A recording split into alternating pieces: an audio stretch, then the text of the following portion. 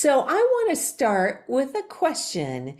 In this episode, the Pocket Ninja portion of the professional rule breaker, I want to know, have you ever been in a room where you have someone who is talking only about themselves?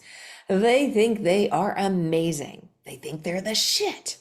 And they don't let anyone else put a word in. In essence, it's all about them and not about you.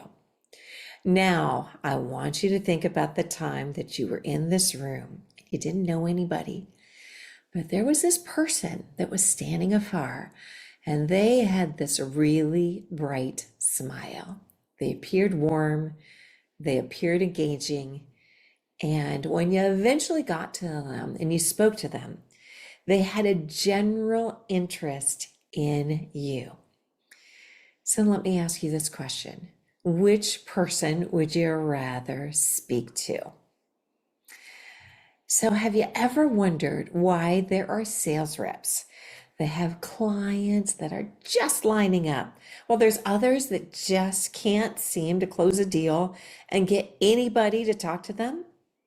I'm going to tell you, it's a lot simpler than what you think. It's all about likability. Now you're probably thinking, I think everybody likes me. But I want you to kind of think about some of the things that I'm going to be talking about, because I'm going to let you in on a secret that if you don't have likability, you will fall into that unlikable or sleaze bucket in your potential client's eye. So, all right, so how do you become likable? And I'm not asking you to change who you are. It's really quite the opposite. I want you to lean into who you are, but you need to put the customer first. Some of you might have heard me say to do an about face, that you focus on the customer. That's part of what I'm talking about.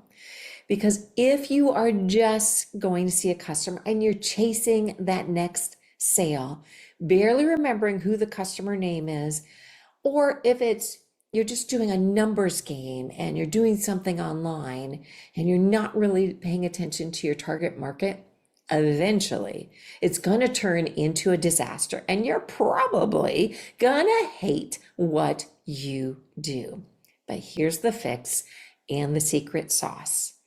Treat every single sales conversation, and it doesn't matter even if it's a video sales letter, treat every single sales conversation like you're talking to a friend, a real friend.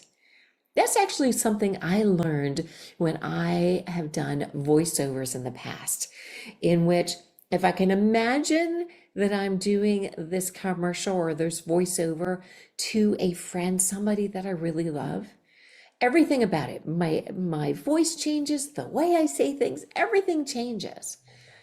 And so I want you to think about it the same way, because friends care about each other's needs and they don't push something unnecessary just to make a quick buck. They listen. And I'm saying not just listen, but actively listen. People don't just want to be heard, they want to be listened to. So ask questions, smile. That's one of the best features on your face. So again, doesn't matter if you're doing a video sales letter, smile. And for everybody that's watching, you're going to see me smile a lot when I do these. Also, maintain eye contact. Have you ever talked to somebody and they're kind of like looking around the room, and your thing that happens to me, I think, where are they looking? Why are they not looking at me? They're not paying attention to me. So maintain eye contact. Utilize names. Use their names. Think about your friends. Don't they say, hey, Sarah, or hey, Kathy, have you seen this? They don't just kind of talk without using your names. And then lastly, think, if it's in person or even if you're on video, think about your body language. You'll want to show that you are engaged. You don't want to be standing there or talking with your arms crossed.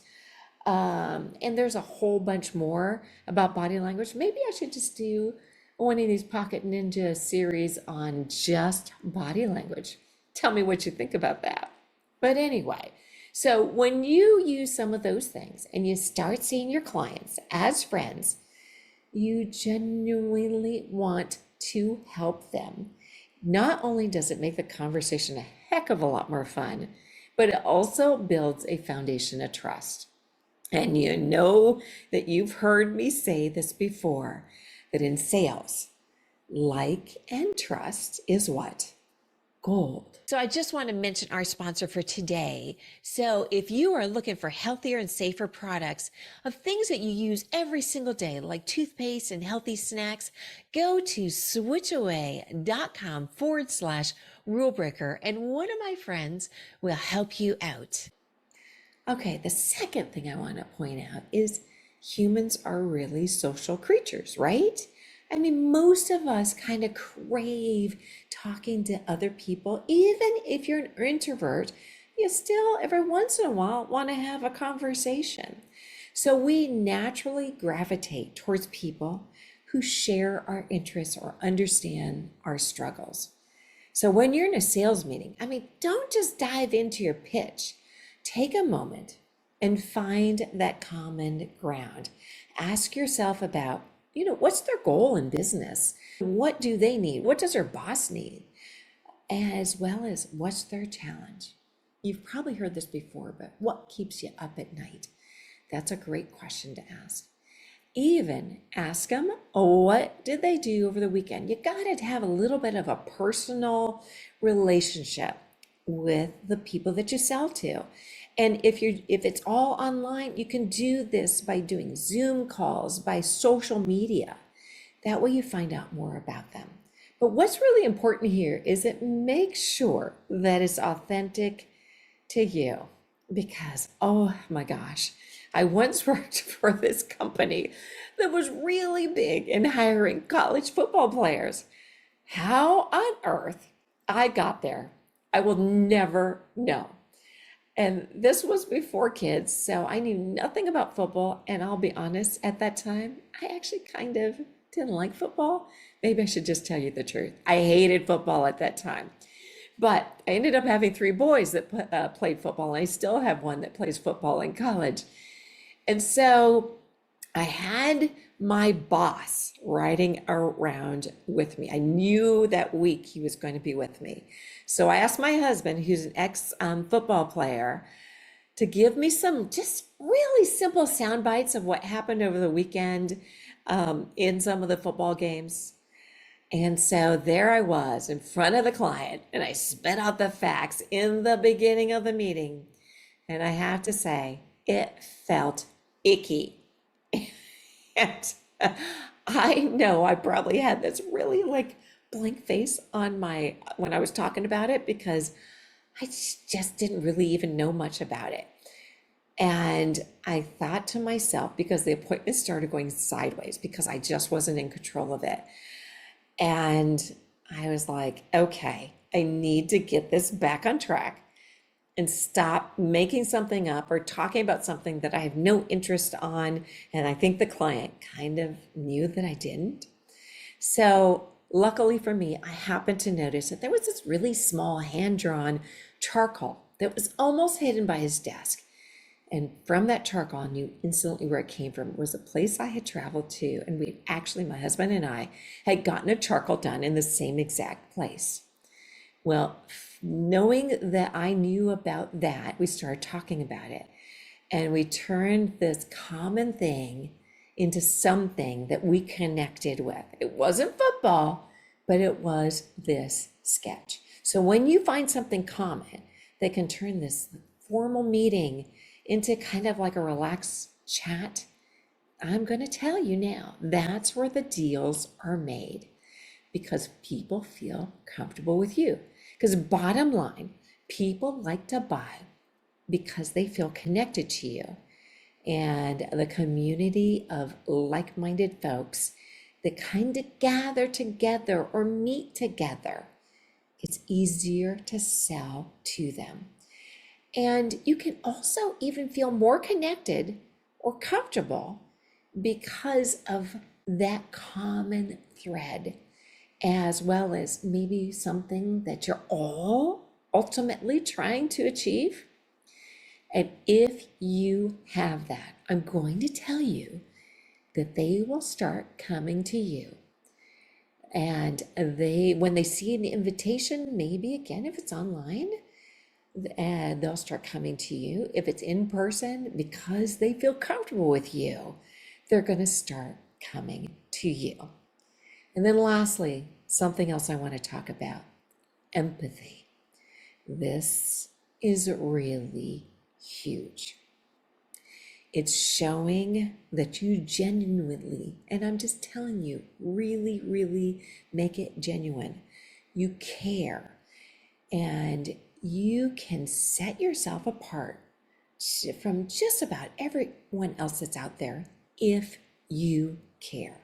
I mean, don't take my word for it, because there was a study by Forbes magazine that empathy is the ability to imagine yourself in someone else's position and understand their situation. It's the capacity to really feel what another person is experiencing from their frame of reference. And I'm going to tell you, it's one of the most important sales skills, and you can truly stand out with this. This is something that I kind of sharpened because I'm also an actress. And part of it in acting is you have to get to know that character, and you need to feel in that moment what they're feeling. That's actually one of the questions you ask yourself. What are they feeling right now in that moment? So if you can really feel what they're feeling and show real empathy, you can dramatically improve how your clients perceive you. In fact, there's a study by Business Solutions Institute that found that these people who sell that consistently demonstrate empathy increase their sales effectiveness up to 30%. So it's almost a third. And that's because empathy shows that you're just not there to sell. You are there to help. You think about what they're feeling and feel what they are feeling, and it's about understanding your needs of your customers and their emotions, which changes the dynamics of any interaction that you are having with your customer or your potential customer. So if you spend just a little bit of time to understand your customers' feelings and their perspectives, it's not just good salesmanship. It truly is being a really good human. It's good humanship. I think I just made that word up. So I want to end with this note with something that I implement 100% of the time. You can count on it every single time. And if you do this one thing, I'm going to tell you, it will not only make a difference in your success, but it's also going to make a difference on how you feel about sales. So it's this: sell like you would want to be sold to. It's really a take on the golden rule. Treat people like you would like to be treated. So sell like you would want to be sold to. You don't want somebody hammering you over the head. You don't want somebody being sleazy to you. You don't want somebody not paying attention to you. You want somebody that cares about you and is doing right by you. So again, sell like you want to be sold to. So to wrap up, being likable isn't just about being the slickest talker or the pushiest closer or agreeing with everything. It's about being human, caring, connecting, and putting the customer first. So if you apply these principles in your next sales interaction, could be a discovery call, it could just be meeting in person with a client that you've had for a while, just put that in place and watch how your relationships will thrive. So I want to thank you again for tuning in to the Pocket Ninja portion of the Professional Rule Breaker podcast. And I am here to help you succeed, but not only to help you succeed, but to help you succeed faster. So check out theprofessionalrulebreaker.com. You can go, and I even have a free consult with me so that we can go and look at what is your lowest hanging fruit and get you some sales right away.